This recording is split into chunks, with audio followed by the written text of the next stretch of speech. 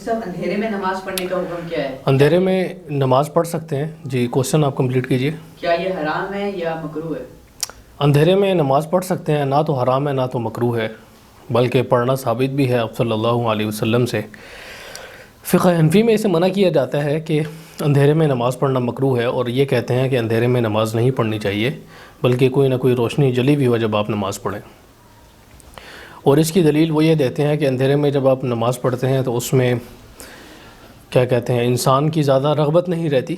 اس طرح بھی کہتے ہیں بعض جو لوگ ہیں, وہ یہ کہتے ہیں. اور بعض لوگ یہ کہتے ہیں کہ اندھیرے میں کوئی موذی چیز آ جائے, وہ آپ کو کاٹ لے, یا کچھ اور اس طرح کا مسئلہ ہو جائے, تو اس وجہ سے اندھیرے میں نماز نہیں پڑھنی چاہیے. لیکن آپ یہ دیکھیں کہ اندھیرے میں نماز, پہلے زمانے میں کون سی روشنی ہوتی تھی, یہ بھی تو دیکھا جائے کہ آج سے آپ 100-150 سال پہلے چلے جائیں تو کون سی روشنی ہوتی تھی رات کے وقت, صبح فجر کے وقت.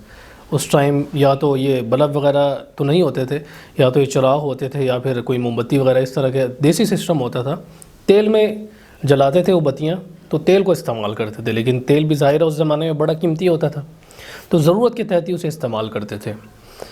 تو آپ صلی اللہ علیہ وسلم کو اگر دیکھا جائے, صحیح بخاری میں روایت ہے, صحیح مسلم میں بھی غالباً ہے, کہ آپ صلی اللہ علیہ وسلم صبح فجر سے پہلے تہجد کی نماز جو پڑھتے تھے, اس کی منظر کشی کرتی ہیں, اس کو پورٹرے کرتی ہیں حضرت عائشہ رضی اللہ تعالیٰ عنہ.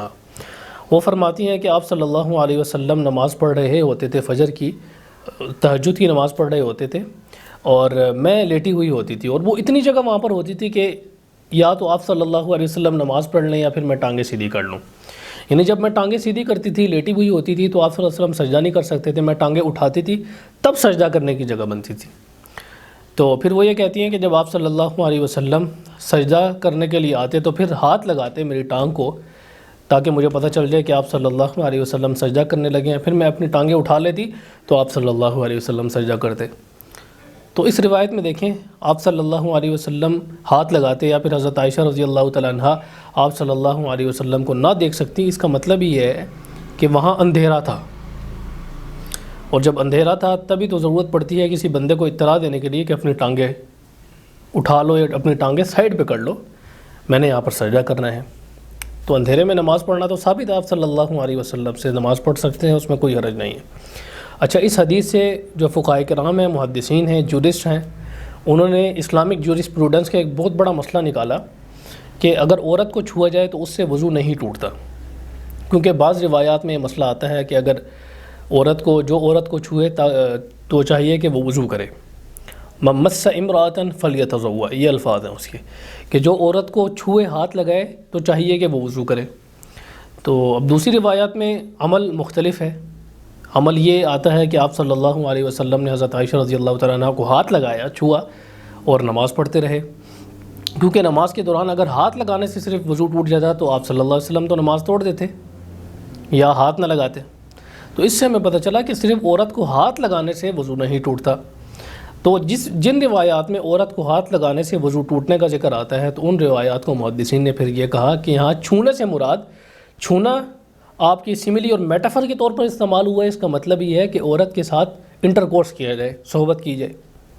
تو انہوں نے کہا کہ جن روایات میں چھونے کا لفظ ہے تو اس میں چھونا آپ کی سملی اور میٹافر کے طور پر یوز ہوا ہے, میٹافر کے طور پر. تو اس سے مراد ہے کہ جو عورت کے ساتھ سیکشول ریلیشنز قائم کرے تو اس کے بعد چاہیے کہ وہ وضو کرے. اب سیکشول ریلیشنز میں اب کوئی بندہ یہ بھی کہہ سکتا ہے کہ سیکشول انٹرکورس کے بعد تو وضو تو واجب نہیں ہوتا, غسل واجب ہوتا ہے. تو یہ کوسچن بھی ریز ہوتا ہے مائنڈ میں. تو چھونے سے مراد یہ ہے کہ سیکشول ریلیشنز کے لیے آپ, جسے ہم فور پلے کہتے ہیں آج کے دور میں, فور پلے کریں.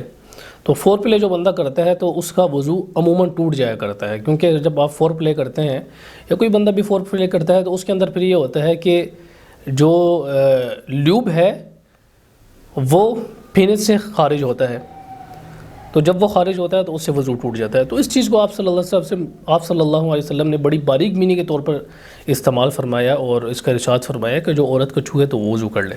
تو یہاں چھونے سے مراد سیکشول انٹرکورس کرنا نہیں ہے خاص عمل, بلکہ چھونے سے مراد فور پلے وغیرہ ہے, یا اس طرح کا عمل ہے جس سے وضو ٹوٹ جاتا ہے. تو اس سلسلے میں آپ صلی اللہ علیہ وسلم نے وضو کرنے کا حکم بیان فرمایا ہے.